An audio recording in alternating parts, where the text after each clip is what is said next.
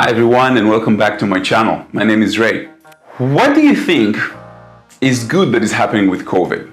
I know the last couple of years have been very difficult for all of us. I know I'm very tired and I'm moody and I have my ups and I have my downs, and sometimes I'm blaming and why are they doing this to us, and sometimes like, oh, I can see the light in the end of the tunnel, it's going to be finished anytime soon. But when I'm thinking about it in a positive manner, I'm trying to see what it gave to us. First, it gave an awakening of the masses. In what way, you ask?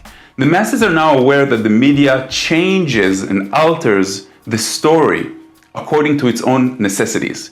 Governments do the same thing. We have discovered that we have a lot more power. Why? Because in the beginning, they tried to force vaccinations on us. And they subsidized this. And then the other people that didn't get it, they were warned that they were punished in different ways. A lot of things were taken away from them, but eventually it was given back to them. Why? Because the masses stayed at home and the masses told the media that we're not going to take it anymore. That's a part of awakening, realizing there's a higher truth and there's other things that have been hidden from us. And it's right here underneath our nose the entire time. Another thing that happened is that in the beginning, it was more of the spiritual people, the people that wanted their freedom and still, focused on the natural way of things, that were against vaccinations.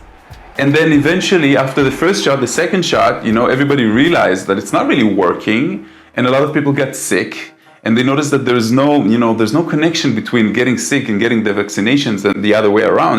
And then people stopped getting the vaccinations. Especially in my country, which is like the most vaccinated in the world, after the first shots, nobody wanted to take the booster. And then the Omicron came. I don't know if it was like God-given or was planned. Maybe the companies and the pharmaceuticals and the governments realized that the agenda is not being pushed as much as they would want to. And then Omicron came and everybody got sick and everybody got healed and everybody got better. And now there's 6 months of there's quiet. Nothing is happening. But realize what is happening behind the scenes.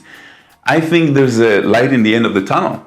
I think that we're either learning to live with it, we're learning to see the truth, the real truth, we're learning to turn off the TVs and whatever it is that other people are telling us, and we're making our own decisions, especially when it comes to the children, because a person can get jabbed, but they will think twice before they give to an innocent child that they know is never gonna get sick or have the symptoms. They just know, so why the hell are you pushing it in that way?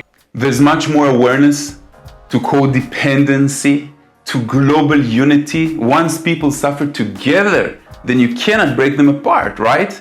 The countries are now suffering in the same way, so people are much more united than they were before. Everything has happened, There's also a lot of things that might seem to be bad, but actually happened for the best. For example, there's a lot of marriages that were broken, a lot of partnerships, a lot of people are changing jobs, a lot of people that are now found that they can work remotely and they don't have to drive and be in traffic for 2 hours every day, so they can spend more time with their family.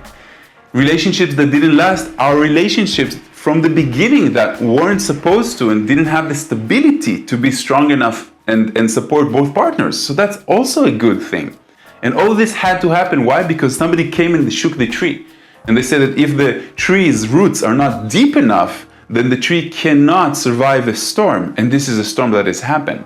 And this storm, again, it has awakened all of us in some way. Through the suffering we endure, we come out victorious, happier and stronger than ever. And there's a few things that are also happening, which is a new financial system that is coming out through the cryptocurrencies, the DAOs, the decentralized autonomous organizations that are going to change the world from the way that I see it. If you don't know, I'm going to make a small video about it, but you should really investigate.